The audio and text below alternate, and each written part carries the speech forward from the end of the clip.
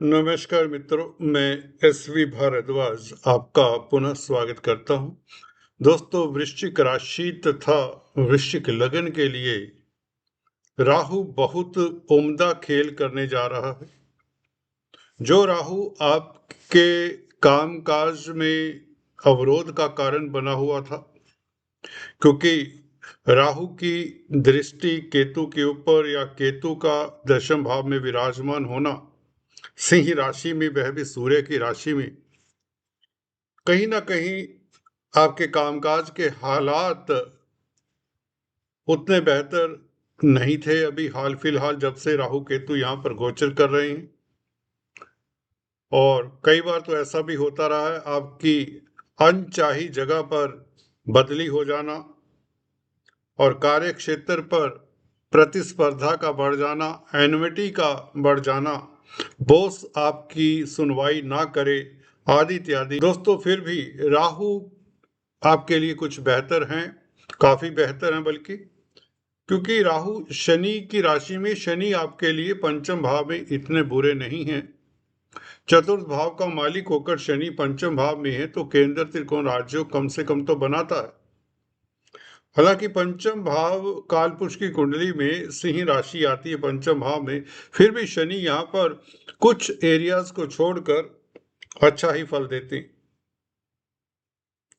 अगर आपकी कुंडली में पंचम भाव में पहले से ही क्रूर ग्रह बैठे हैं तो दिक्कत हो जाती है, परंतु स्थितियां आपके लिए ज्यादातर पंचम भाव को लेकर अनुकूल रही। खासकर विद्या बुद्धि संतान का भाव है, स्पेकुलेशन का भाव है, राजनीति का भाव है। हाँ, पंचम भाव क्योंकि सूर्य का भाव है, सूर्य की राशि आती है सिंह राशि कालपुरुष कुंडली में, तो सरकारी तंत्र में जो कामकाज करते हैं उनको थोड़ा सतर्क रहना चाहिए अभी भी। और अभी हम राहु की बात कर रहे हैं दोस्तों। राहु शनि के नवमांश में प्रवेश किए 25 जनवरी को वर्गोत्तम हो चुके हैं। वर्गोत्तम ग्रह दोस्तों कहीं भी बैठा हो कुंडली में, बल प्राप्त करने के कारण अपना प्रभाव तो दिखाता है।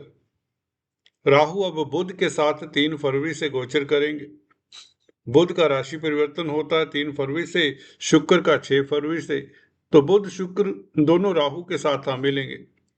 तीनों क्योंकि आपसी मित्र हैं, क्योंकि बुध की राशि में आपको पता ही होगा राहु उच्च का होता है, शुक्र की राशि में भी कुछ ज्योतिषाचार्य इसे उच्च का मानते हैं। जैसा भी ये बुध शुक्र के राहु मित्र हैं, और यहाँ पर मित्रों का चतुर्थ भाव में इकट्ठा होना, चतुर्थ भाव के क्या सुख फल मिल सकते हैं, क्या सुखद फल मिल सकते हैं, उसकी चर्चा करते हैं। देखिए, बुध कारक होते हैं कम्युनिकेशन के, बुद्धि के, वाणी के, व्यापार के, ट्रेडिंग के। मित्र क्षेत्रीय हैं, मित्रों के साथ है तो कम्युनिकेशन के क्षेत्र से लाभ हो, कुछ सुखद समाचार मिले, स्पीच आपकी प्रभावशाली पहले से बेहतर हो जाए, तार्किक शक्ति, दिमाग के कारक हैं बुध बेसिकली, तो तर्क की जो रीजनिंग एबिलिटी है उसमें निखार आता है। शुक्र का साथ है तो लक्ष्मी नारायण राजयोग भी बन जाता है 6 फरवरी से ही। बुध आपके 11वें भाव के मालिक हैं, 11वें भाव का मालिक 4th हाउस में है, तो कहीं ना कहीं लाभ तो होगा, थोड़ी दिक्कत हो सकती परंतु लाभ होगा। धन आएगा, इनकम के साधन बढ़ेंगे, थोड़ा सा यत्न प्रयत्न करना पड़ सकता है, क्योंकि शनि और मंगल चतुर्थ भाव के ऊपर नीचे हैं, पापकर्त्री योग भी बनाते हैं, तो कहीं ना कहीं कुछ एरियाज ऐसे हैं उसके ऊपर टिप्पणी करने जा रहे हैं जहां से आपको सतर्क भी रहना है। राहु का वर्गोत्तम होकर बुध के साथ बैठना 3 फरवरी से अकस्मात कुछ ना कुछ लाभ के योग बनाते हैं, आय के साधन तो बढ़ते हैं, ये बात तो आप समझ लीजिए। इनकम का ग्राफ तो बढ़ेगा, ये तो ऑलमोस्ट सर्टेन सा दिखता है, गोचर कुछ इस तरह का है। शुक्र सप्तम भाव के मालिक है, चतुर्थ भाव में दिग्बली होते हैं, तो सप्तम भाव के भी सुखद फल मिलेंगे।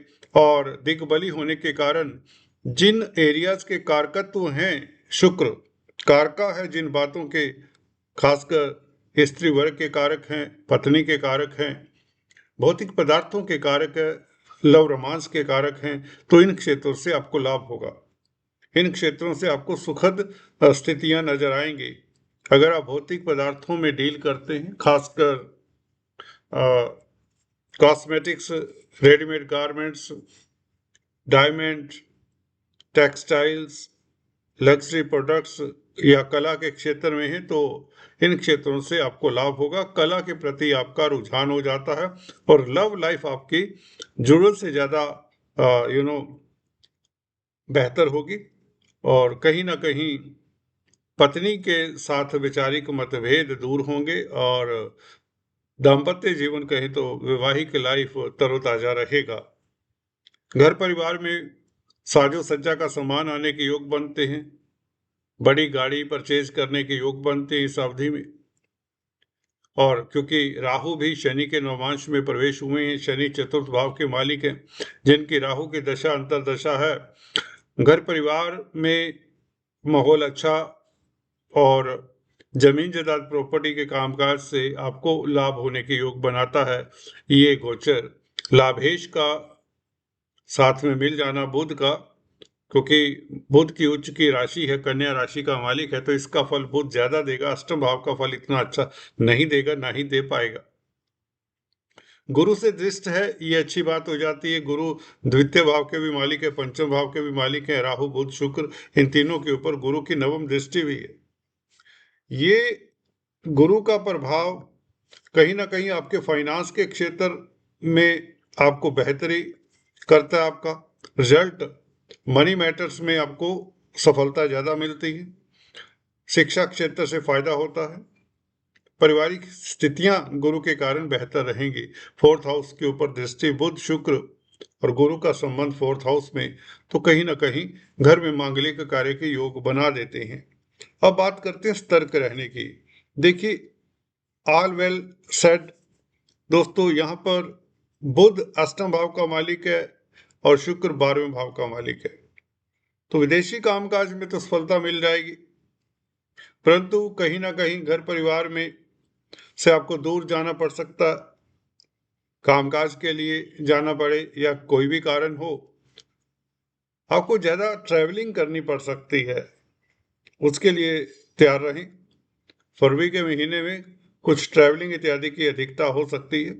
अगर मार्केटिंग के व्यक्ति तो ये कोई बड़ी बात नहीं, उसमें आपको सफलता ही मिलेगी, लाभ ही होगा। मंगल क्योंकि तृतीय भाव में पहले से ही विराजमान है, इसी ओर इशारा करते हैं। हाँ, कोर्ट कचहरी इत्यादि में फतेह के योग बना देता है। राहु का वर्गोत्तम होना, मंगल की दृष्टि छठे भाव के ऊपर यही दिखाती है। चतुर्थ दृष्टि सूर्य का साथ है, तो भाग्यशाली रहेंगे कोर्ट कचहरी के मसले में कहीं ना कहीं। हाँ, कार्य क्षेत्र पर कुछ ना कुछ उठा पटक होने की संभावना है। कार्य क्षेत्र पर कुछ ना कुछ बदलाव आने की कहीं तो संभावना हो सकती है। कुछ ना कुछ नई घटना सामने आ सकती है, कुछ नया समाचार सुनने को मिल सकता है, जो थोड़ी देर के लिए आप को सतर्क रहना चाहिए। किसी तरह की अफवाहों के ऊपर जल्दी से बिलीव भी नहीं करना चाहिए।